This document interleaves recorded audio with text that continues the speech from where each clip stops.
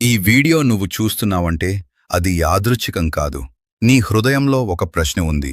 నేను ఇన్ని రోజులు ప్రార్థిస్తున్నా ఎందుకు జవాబు రావడం లేదు? నువ్వు అలసిపోయావు. కొన్ని రోజులు కాదు, కొన్ని నెలలు, బహుశా సంవత్సరాలు కూడా ఎదురుచూస్తున్నావు.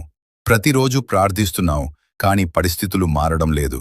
గుర్తుపెట్టుకో, నీ ప్రార్థనకు జవాబు రాలేదంటే నీ సమస్య పెద్దది అనిపించవచ్చు.